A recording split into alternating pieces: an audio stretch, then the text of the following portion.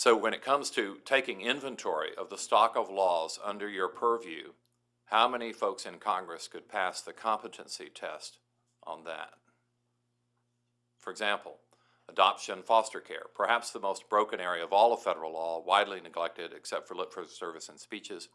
The eligibility requirements for the giant 4E Social Security program are determined by an obsolete law, law that actually doesn't exist anymore. But we've never updated that criteria. I'm on the Armed Services Committee. Congress chose to subsidize mohair as a component of World War I uniforms. And I have good news for you. Last year, a century later, we were not able to repeal that program, but we defunded it for the first time in a century.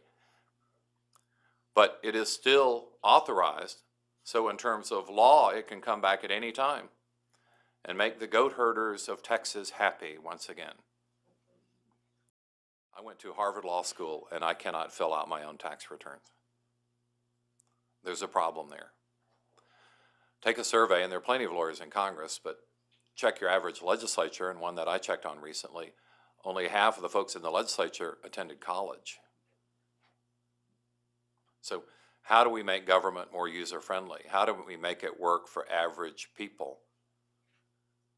How do we enable the Elizabeth Warrens of this world to simplify financial stuff so that you can refi your home loan or get a decent credit card without reading thousands of pages of gobbledygook? How many of you have pushed the I accept button on whatever internet contract is out there?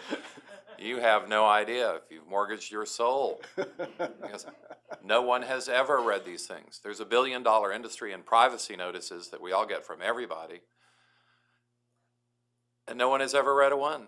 It's a subsidy for the printing industry. So how do we get real about this stuff? We got a lot of work to do here, folks. This obsolete law forum may seem like the plaything of attorneys or good government types, but I think the cause is a lot more urgent than some of you might feel.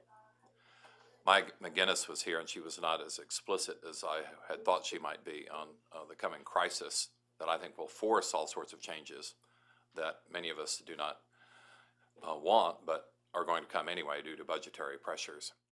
Perhaps one of the most profound statements uttered in government was Larry Summers, who said, "No one in the history of rental cars has ever washed a rental car." Why? They don't care. It's a rental car. Today you can ask the same question about people in committee. How many folks in committee have ever cleaned up their jurisdiction? Have ever done the spring cleaning that Philip Howard recommends? Answer, none. There's no incentive to do that. How do you do that? Just take a simple thought experiment. What if you paid a congressman or gave them some other carrot or penny for repealing a law? There might be people interested in it because no one wants to be on the dead letter committee in Congress. Voters back home want new and improved. They want to know that you care about children, that you care about seniors, and that you've got a good new idea to do, even if it's a repetitive idea. Because in an ADD world with no institutional memory, people don't know that there are 42 or 88 or 97 other programs doing almost precisely the same thing. So cleaning this up, this mechanism, many of you already represent the narrow area of regulation that you will fight to the death to defend, even if it's mohair. I didn't realize one year that I was in trouble with the pimento. Yes, the little red thing in the olive has its own lobby, and it's a very loud lobby. You do not want to cross the pimento people. And I discovered that I had a faulty pimento record, because we have so sliced and diced the body politic that even the pimento has a voice. We have lost a Congress, and it has become a parliament, because if you don't vote with your party 98 or 99% of the time, you are an outcast, a pariah. And yet we don't even have the efficiencies of parliamentary government, where at least there they have a prime minister and can get something done. We are great at gridlock.